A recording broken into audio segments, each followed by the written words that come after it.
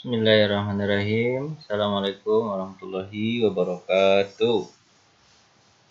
Alhamdulillah wa syukurillah, salatu wassalamu ala rasulillah, wala hawla wala quwata illa billah. Alhamdulillah pada hari ini kita masih sehat walafiat dan kita belajar tentang hukum peradilan dalam Islam.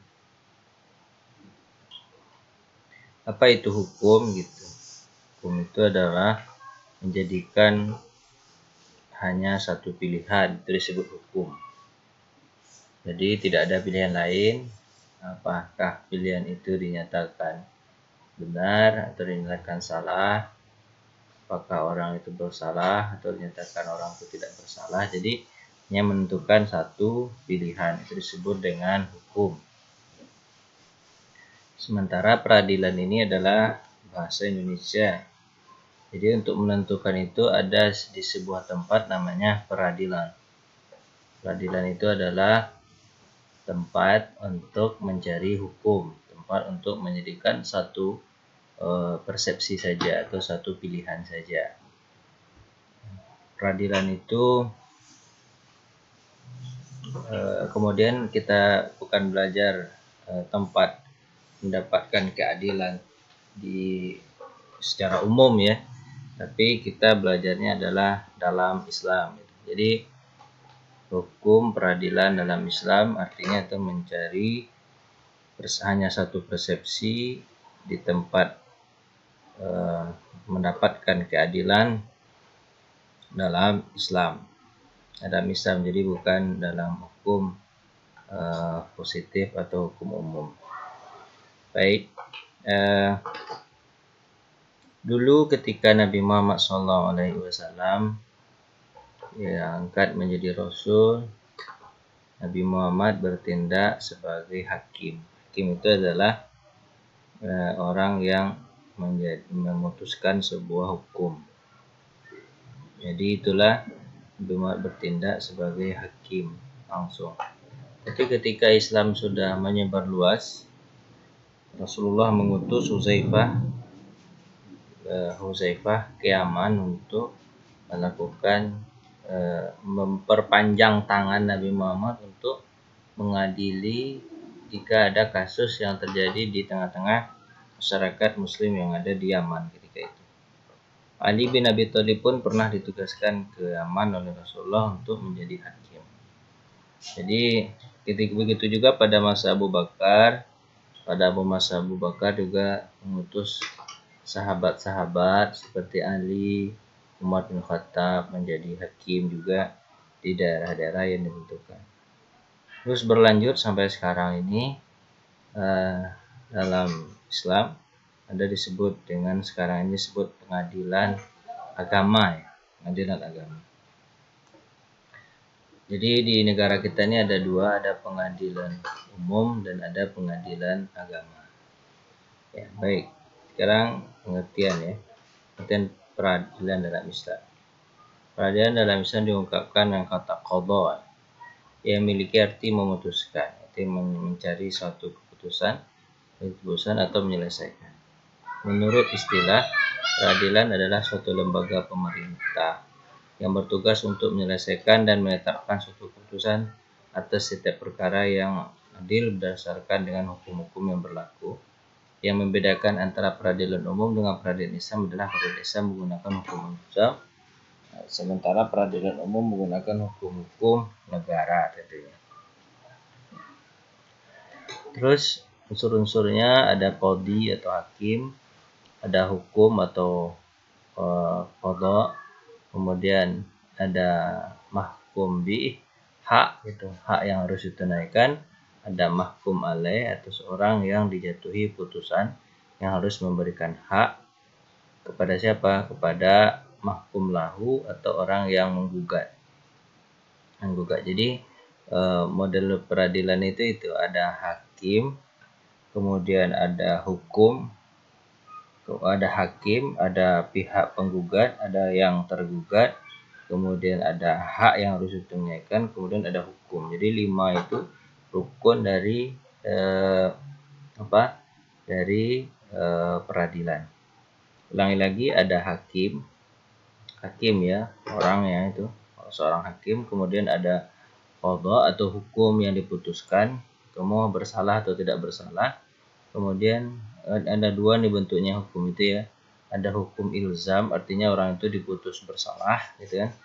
Kemudian ada namanya hukum tarki gitu. Tarki itu diputus tidak bersalah. Ada dua kan. Terus ada hakim, ada hukum, kemudian ada mahkum bih yang penggugat, kemudian mahkum lahu. Ini yang mahkum bih ini orang yang tergugat ya. Apa tuh mahkum bih itu harusnya memenuhi suatu hak. Ini mahkum bih itu ada hak, mahkum alaih adalah orang yang tergugat, kemudian mahkum lahu adalah penggugat. Jadi begitu ya, ada 5. Baik, kemudian jenis-jenisnya. Pengadilan, jenis pengadilan. Pengadilan agama itu dulu berwenang menyelesaikan perkara-perkara madaniyah, ahwal syakhsiyah, awal saya hukum keluarga, jinayat, hukum pidana. Selain tugas pokok tersebut juga pernah dalam Islam itu hakim itu dibebankan tugas yaitu menikahkan wanita yang tidak punya wali. Kalau kita ini kayak pengadilan agama ya, kemudian perpanjangannya adalah KUA ya, pengawasan baitul mal, kemudian mengangkat pengawasan anak yatim. Nah, ini pengadilan dulu petugasnya begitu. Pengadilan hisbah itu adalah jenis-jenis pengadilan ya. Ada pengadilan agama yang qadha, ada pengadilan hisbah.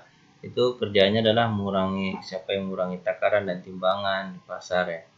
Kita itu kayak apa ya, orang itu kita seperti apa, inspeksi pasar itu kerjaan siapa? Ya kan, menjual makanan yang kadaluarsa itu di pengadilan hisbah.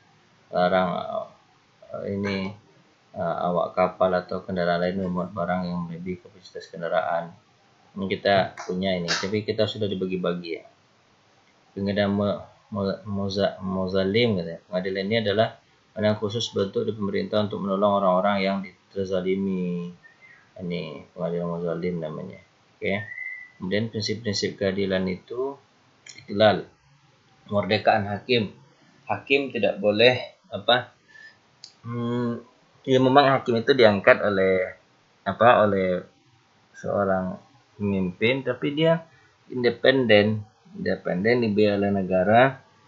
Jadi dulu pernah pada masa Ali bin Abi Thalib, Ali bersengketa dengan orang Yahudi karena Ali mendapatkan baju besinya yang dijemur dicuri oleh orang Yahudi, tapi Ali tidak bisa mendatangkan saksi kecuali 2 orang anaknya, itu Hasan dan Husain. Akhirnya hakim ketika itu, karena Ali tidak bisa mendatangkan saksi dan anak tidak bisa menjadi saksi terhadap ayahnya, maka dibebaskan tuh. Maka dikatakanlah bahwa si pencuri tadi dianggap tidak mencuri karena tidak mendatangkan tidak mendatangkan saksi. Akhirnya begitu. Terus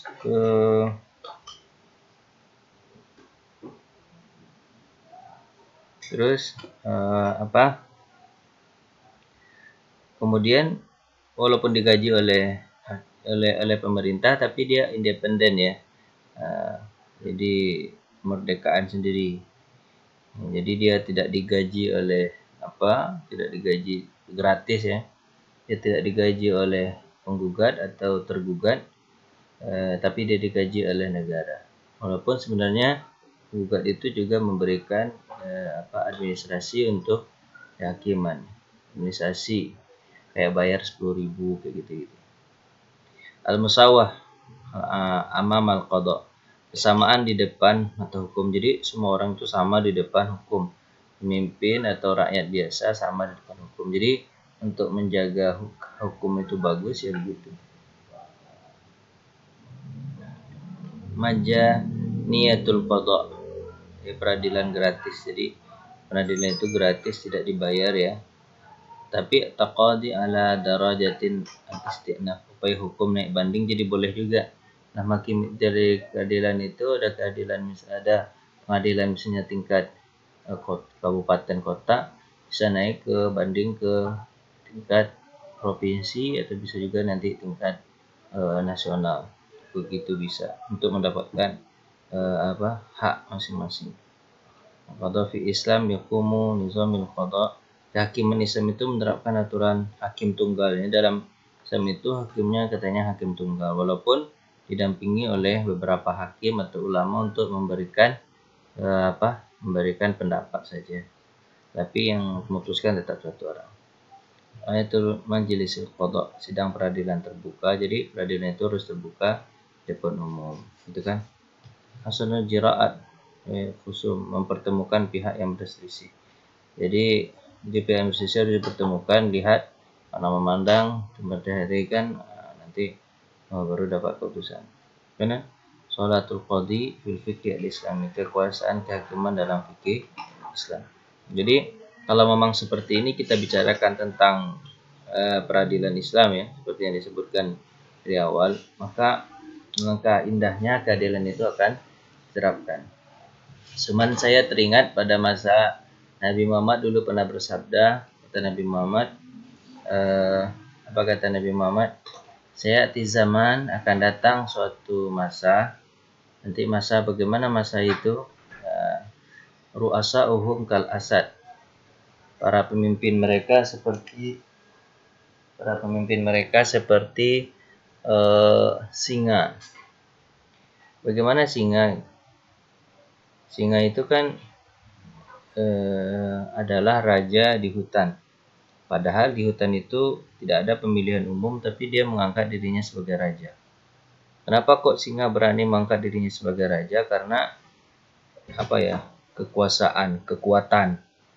Jadi sebenarnya nanti juga akan ada raja yang dia sebenarnya tidak disukai oleh rakyat, tapi dia mengangkat dirinya sebagai pemimpin.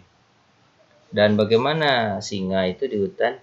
Singa itu di hutan adalah bukan dia mengayomi rakyatnya, bukan memelihara rakyatnya, tapi malah memakan rakyatnya. Makan kambing dimakan, sapi dimakan, kerbau dimakan. Pokoknya apa yang ada di hutan, binatang-binatang yang ada di hutan dimakan oleh pemimpin itu. Ya begitulah nanti model akan datang zaman itu. Dan sekarang apakah sudah dirasakan atau belum? Sepertinya sudah dirasakan bahwa pemimpin itu bertangan besi, membakani rakyat. Kemudian kata Nabi SAW, wa wizara'uhum kazi'ab. Zi'ab itu jamak daripada zi'bun. Zi'bun, zi'bani, zi'abun. Artinya adalah serigala. Menteri-menteri mereka itu wa wizara'uhum. Menteri-menteri mereka itu seperti seperti serigala. Kenapa disebut seperti serigala? Ya, karena serigala itu, gimana coba sifat serigala? Serigala itu biasanya ya, kalau pepatah kita itu mengatakan serigala berbulu domba. Di serigala itu kalau kepengen makan domba, maka dia membebek seperti domba juga. Nah, begitu nanti pemimpin. Menteri-menteri itu. Menteri-menteri itu indikasinya penjilat. Jadi dia bisa berubah-ubah gitu menteri itu, tergantung siapa yang kalau dia kepengen makan ya dia kayak gitu. Jadi kalau musang berbulu musang ya istilahnya. Serigala berbulu ayam juga ada ya. Serigala berbulu domba gitu. Jadi kalau kepengen makan dia akan dekat-dekat sama itu kemudian dimakan. Itu namanya serigala. Kemudian berikutnya kata Nabi, wal qada'uhu. Qada itu adalah qadi, al-qad wal qada'uhu, dan bisa dikatakan hakim-hakim ini kalkilab ya, seperti anjing. Hakim-hakim itu atau pemutus-pemutus hukum seperti apa ya, kalau kita sebut mungkin kehakiman, kejaksaan, kepolisian gitu, yang menegakkan hukum. Kalkilab, jamak daripada kalbun. Kalbun, kalbani, kilabun. Dan penegak hukum mereka itu seperti siapa ya? Seperti anjing, bahasanya memang kasar ya. Seperti anjing. Gimana kalau anjing itu? Anjing itu adalah ketika apa? Siapa yang memberi dia makan, baik penjahat maupun orang baik, maka anjing itu akan manut kepada orang yang memberi makan. Penjahat yang kasih makan manut juga. Dia maka tuannya adalah penjahat. Kemudian kalau anjing kasih makan oleh apa? Kasih makan oleh orang baik, maka dia manut juga kepada orang baik. Maka begitulah penegak hukumnya, siapa yang ngasih dia makan. Jadi jangan sampai gitu penegak hukum kita, siapa yang bayar maka dia yang dimenangkan. Kadang begitu. Oke. Terus terakhir apa? Wa ra'iyatuhu kal agnam, dan rakyat-rakyatnya itu seperti kambing. Ya, rakyatnya seperti kambing. Jadi disuguhin apa aja iya gitu. Amar ma'ruf nahi mungkar dah hilang. Ya, kalau kambing kan gitu cepatnya. Dikasih apa? Disuruh jalan, be. Disuruh berhenti, be. Dia be semua. Disuruh apa? Suruh masuk dalam kuali dimasak, be. Jadi nggak ada banyak tapi nggak punya kekuatan. Seperti itulah rakyat-rakyat itu nanti. Membebek, membeo lah. Membeo atau membebek lah bahasanya. Ikut aja rakyat. Jadi nggak ada apa ya, nggak ada amar ma'ruf nahi mungkar itu nggak jalan lagi di masyarakat. Itulah hadis Nabi yang SAW menyatakan tentang akhir zaman nanti seperti itu. Apa tuh pemerintahnya seperti singa, menteri-menterinya seperti serigala, kemudian penegak hukumnya seperti anjing, dan rakyatnya seperti apa tadi? Seperti kambing.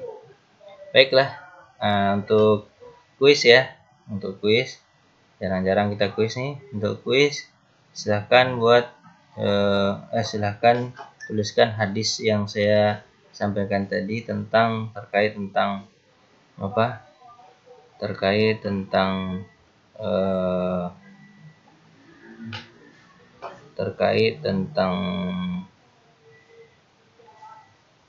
apa namanya itu? Terkait tentang bagaimana akhir zaman nanti,